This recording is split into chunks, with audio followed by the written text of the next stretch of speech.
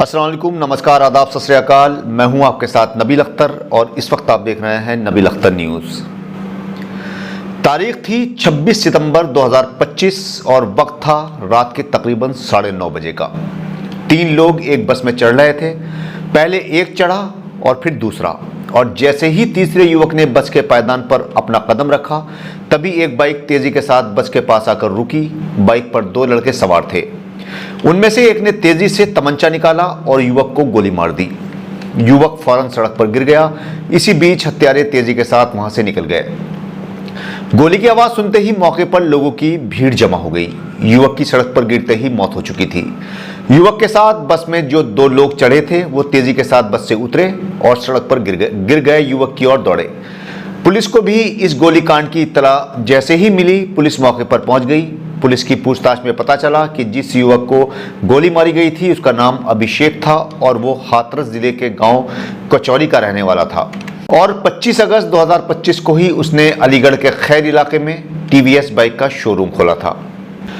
उसके साथ जो 2 लोग बस में चढ़ रहे थे उनमें एक अभिषेक के पिता नीरज और दूसरा अभिषेक का भाई जीतू थे। ये तीनों ही रात में शोरूम बंद करने के बाद अपने गांव जाने के लिए बस में सवार हो रहे थे।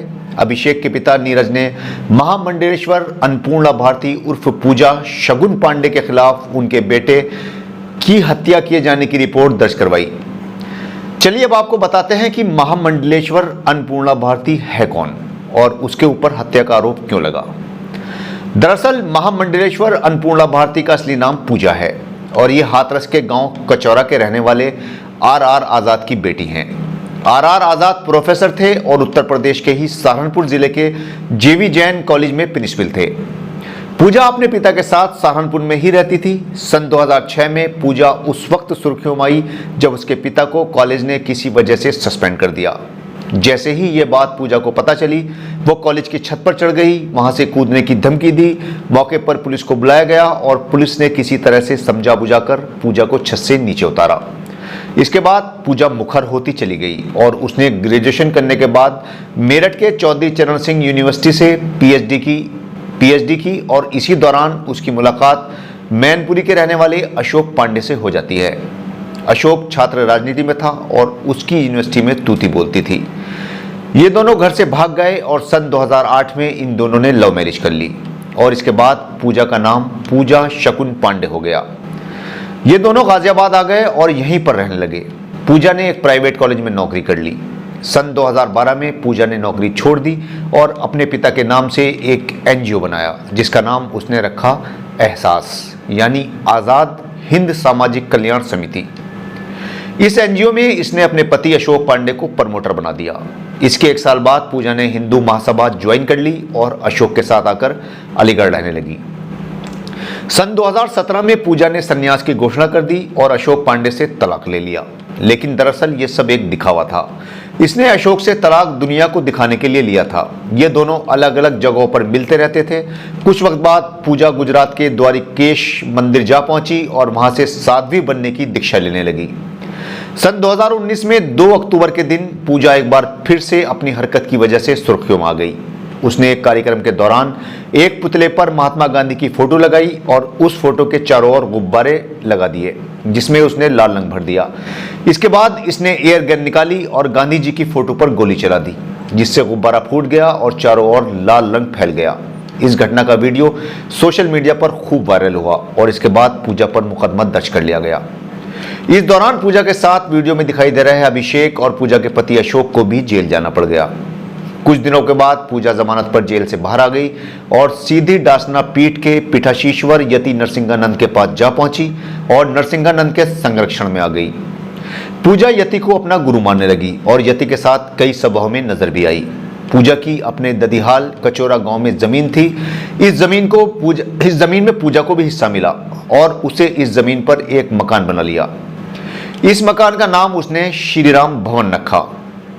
उसने इस मकान की देखरेख के लिए एक औरत को रख लिया जो मकान की देखभाल करती थी और इसी औरत का एक बेटा था अभिषेक, जिसको कुछ वक्त बाद वो अपने साथ अलीगढ़ यूनिवर्सिटी में एडमिशन दिलाने के बहाने से अलीगढ़ ले आई और अभिषेक उसी के साथ रहने लगा। वो 9 सालों तक पूजा के साथ अलीगढ़ में ही रहा। इस बीच इनके बीच अवैध संबंध भी बन गए। लगभग 6 महीने पहले किसी बात को लेकर अभिषेक और पूजा के बीच अनबन हुई और अभिषेक ने पूजा को छोड़ दिया और अपने गांव वापस आ गया। कुछ वक्त बाद अभिषेक ने टीवीएस का एक शोरूम खोल लिया। इस बात से पूजा बुरी तरह से नाराज थी और इसी के चलते उसने उसका मर्डर करवा दिया। अलीगढ़ के एसएसपी नीरज कुमार जादव ने 1 अक्टूबर को प्रेस कॉन्फ्रेंस करके एक शूटर को पकड़ने का दावा किया जिसका नाम फजल था। पुलिस की पूछताछ में उसने पुलिस को बताया कि 1.5 महीने पहले पूजा और उसका पति अशोक उसे मिले थे और अभिषेक की फोटो दिखाकर उसका मर्डर किए जाने की बात कही थी। इसके लिए शूटर फजल ने अपने ही गांव के रहने वाले आसिफ को सारी बात बताई और ये दोनों अभिषेक को मारने के लिए तैयार हो गए। इसके लिए पूजा ने इन दोनों को 3 लाख रुपए देने की बात कही। इसके लिए इन्हें 1 लाख रुपए एडवांस के तौर पर दे दिए गए, जिसके बाद इन दोनों ने इस काम को अंजाम देकर अभिषेक को शूट कर दिया। पुलिस ने 3 अक्टूबर 2025 को अभिषेक को गोली मारने वाले आसिफ को दिल्ली और कानपुर के बीच एक गांव से गिरफ्तार कर लिया है। पुलिस से की गई बातचीत में अभिषेक के पिता नीरज ने बताया कि अभिषेक उनका बड़ा बेटा था। वो पहले उसकी शादी करना चाहते थे, लेकिन पूजा ने उसकी शादी नहीं होने दी।